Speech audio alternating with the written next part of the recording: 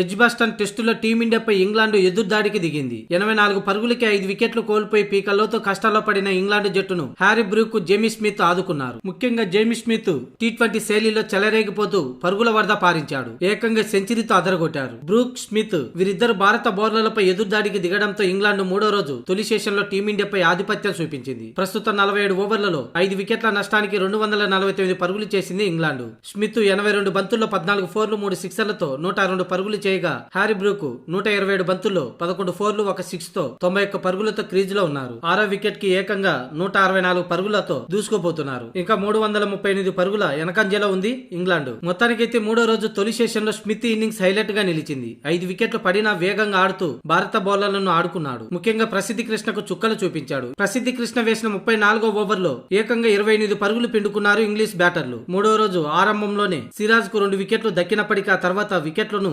రాబట్టేందుకు తెగ కష్టపడుతున్నారు టీమిండియా బౌలర్లు. అటు స్పిన్నర్లు, ఇటు ఫాస్ట్ బౌలర్లు సైతం వికెట్ దొరక్క బెంబేలెత్తిపోతున్నారు.